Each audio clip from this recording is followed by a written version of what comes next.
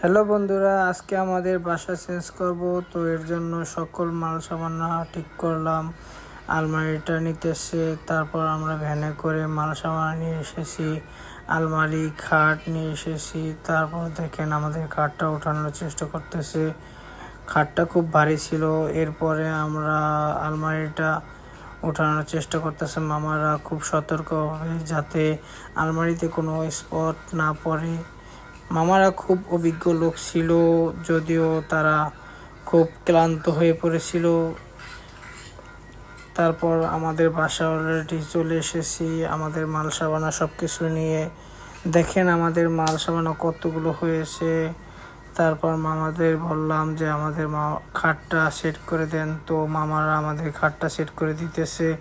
মামারা খুব ক্লান্ত ছিল, তাই মামাদের জন্য স্প্রাইট, বিস্কিট আরও কিছু নিয়ে এসেছি। তো মামারা খুব খুশি।